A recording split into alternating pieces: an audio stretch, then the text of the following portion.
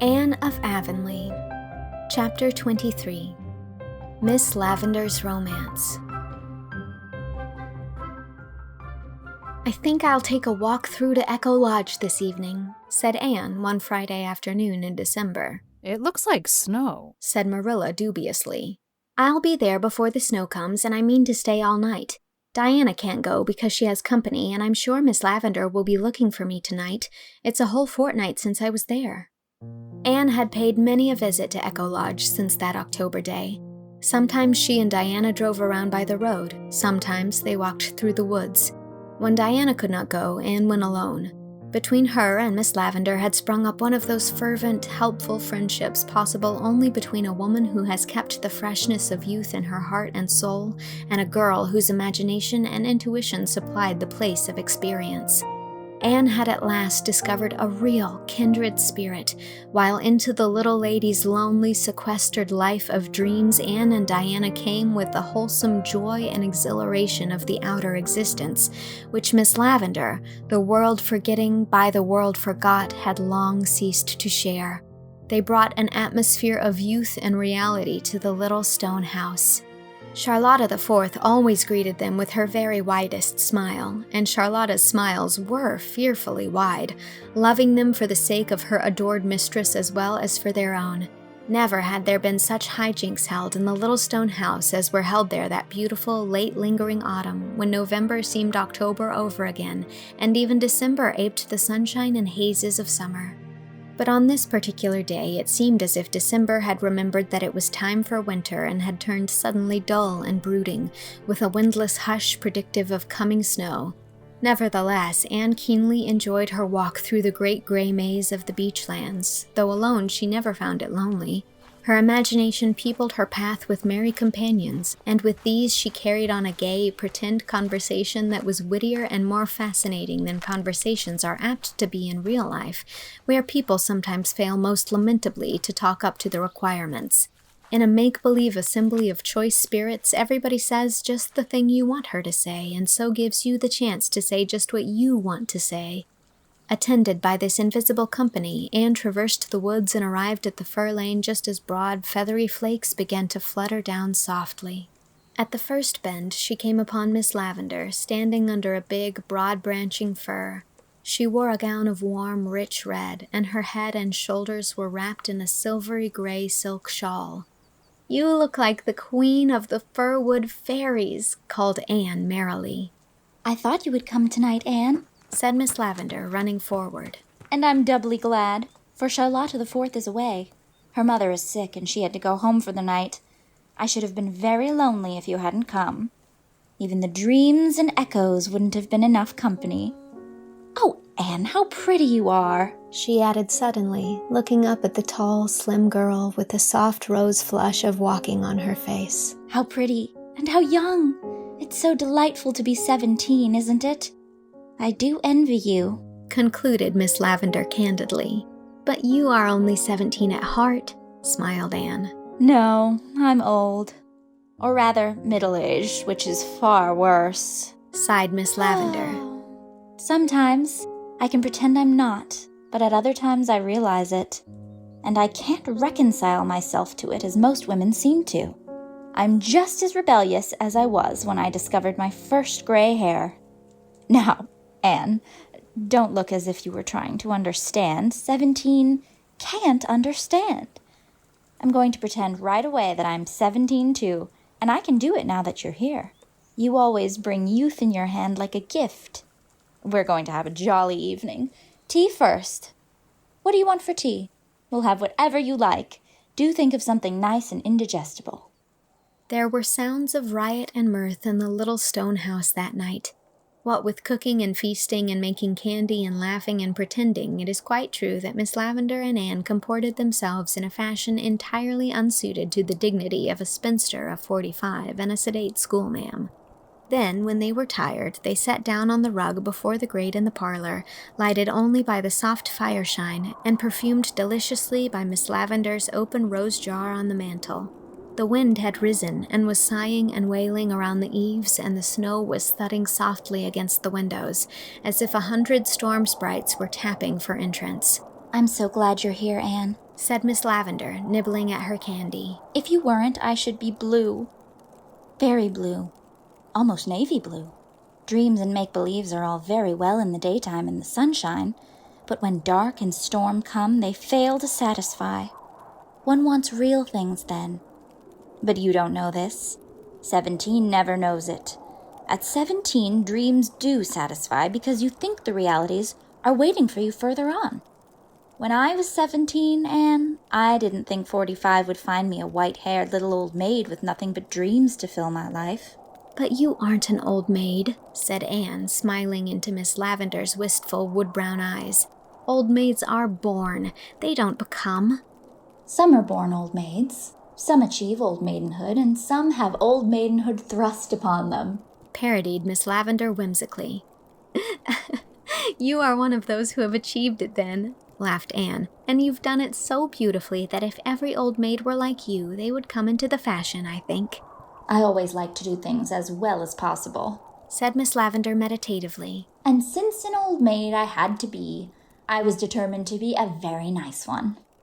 People say I'm odd, but it's just because I follow my own way of being an old maid and refuse to copy the traditional pattern. Anne, did anyone ever tell you anything about Stephen Irving and me? Yes, said Anne candidly. I've heard that you and he were engaged once. So we were.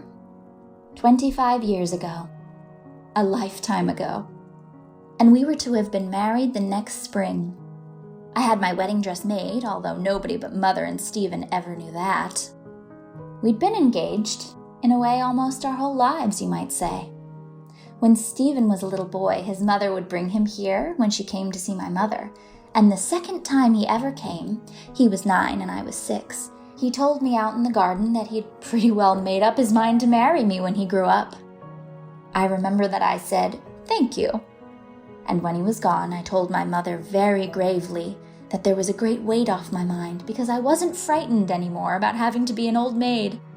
How poor Mother laughed. And what went wrong? Asked Anne breathlessly. We had just a stupid, silly, commonplace quarrel. So commonplace that if you'll believe me, I don't even remember just how it began. I hardly know who was the more to blame for it. Stephen did really begin it, but I suppose I provoked him by some foolishness of mine. He had a rival or two, you see. I was vain and coquettish and liked to tease him a little. He was a very high-strung, sensitive fellow. Well, we parted in a temper on both sides, but I thought it would all come right. And it would have if Stephen hadn't come back too soon. Anne, my dear, I'm sorry to say, Miss Lavendar dropped her voice as if she were about to confess a predilection for murdering people, that I am a dreadfully sulky person. Oh, you needn't smile. It's only too true. I do sulk. And Stephen came back before I had finished sulking. I wouldn't listen to him, and I wouldn't forgive him, and so he went away for good. He was too proud to come again. And then I sulked because he didn't come. I might have sent for him, perhaps, but I couldn't humble myself to do that. I was just as proud as he was. Pride and sulkiness make a very bad combination, Anne. But I could never care for anybody else, and I didn't want to. I knew I would rather be an old maid for 1,000 years than marry anybody who wasn't Stephen Irving. Well, it all seems like a dream now, of course. How sympathetic you look, Anne. As sympathetic as only 17 can look. But don't overdo it. I'm really a very happy, contented little person in spite of my broken heart. My heart did break, if ever a heart did, when I realized that Stephen Irving was not coming back. But Anne, a broken heart in real life isn't half as dreadful as it is in books. It's a good deal like a bad tooth, though you won't think of that a very romantic simile. It takes spells of aching and gives you a sleepless night now and then, but between times it lets you enjoy life and dreams and echoes and peanut candy as if there were nothing the matter with it. And now you're looking disappointed. You don't think I'm half as interesting a person as you did 5 minutes ago when you believed I was always the prey of a tragic memory, bravely hidden beneath external smiles. That's the worst, or the best of real life, Anne. It won't let you be miserable.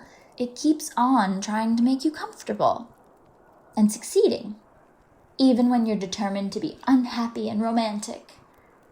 Isn't this candy scrumptious? I've eaten far more than is good for me already, but I'm going to keep recklessly on. After a little silence, Miss Lavendar said abruptly, It gave me a shock to hear about Stephen's son that first day you were here, Anne. I've never been able to mention him to you since, but I've wanted to know all about him. What sort of a boy is he? He is the dearest, sweetest child I ever knew, Miss Lavendar, and he pretends things too, just as you and I do. I'd like to see him, said Miss Lavendar softly, as if talking to herself. I wonder if he looks anything like the little dream boy who lives here with me. My little dream boy. If you would like to see Paul, I'll bring him through with me sometime, said Anne. I would like it, but not too soon. I want to get used to the thought. There might be more pain than pleasure in it, if he looked too much like Stephen, or if he didn't look enough like him. In a month's time, you may bring him. Accordingly, a month later, Anne and Paul walked through the woods to the stone house and met Miss Lavendar in the lane. She had not been expecting them just then, and she turned very pale. So this is Stephen's boy, she said in a low tone, taking Paul's hand and looking at him as he stood, beautiful and boyish, in his smart little fur coat and cap. He is very like his father. Everybody says I'm a chip off the old block, remarked Paul, quite at his ease. Anne, who had been watching the little scene, drew a relieved breath. She saw that Miss Lavendar and Paul had taken to each other, and that there would be no constraint or stiffness. Miss Lavendar was a very sensible person, in spite of her dreams and romance, and after that first little betrayal she tucked her feelings out of sight and entertained Paul as brightly and naturally as if he were anybody's son who had come to see her.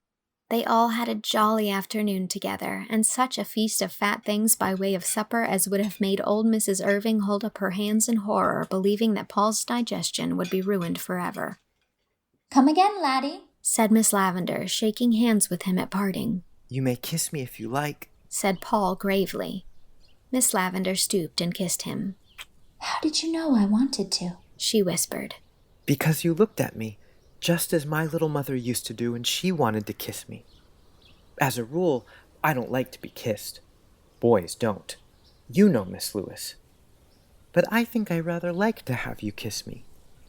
And of course I'll come to see you again. I think I'd like to have you for a particular friend of mine, if you don't object.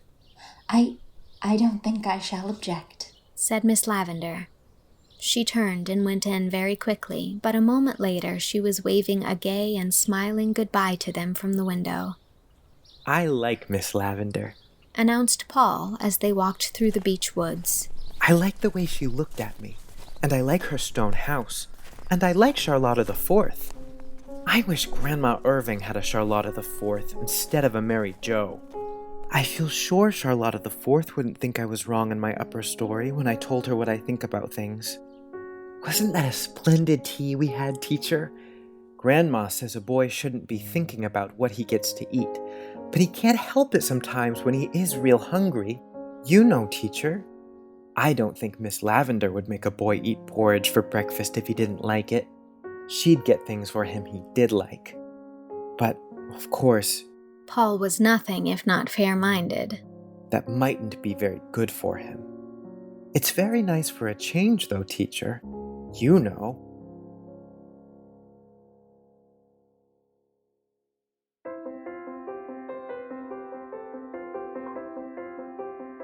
That was Chapter 23 of Anne of Avonlea. Marilla Cuthbert was read by Whitney Avalon. Miss Lavendar Lewis was read by Sinéad Persaud. Paul Irving was read by Christopher Higgins. And Anne Shirley was read by me, Mary Kate Wiles. It is also recorded and edited by me and executive produced by Shao Chih Kuo, Jane Leach, and Warren Day. Additional editing and sound design by Lizzie Goldsmith. This project is funded entirely through my Patreon, where you can get the rest of this book and also, at a higher level, receive all of the third book in the series, Anne of the Island. If you'd like access to this and a lot of other fun content, as well as a wonderful community, head on over to patreon.com/mkwiles. And thanks. This chapter was made possible by my patron, Liesel Perrine. Thank you, Liesel. Chapter 24 will be coming next week.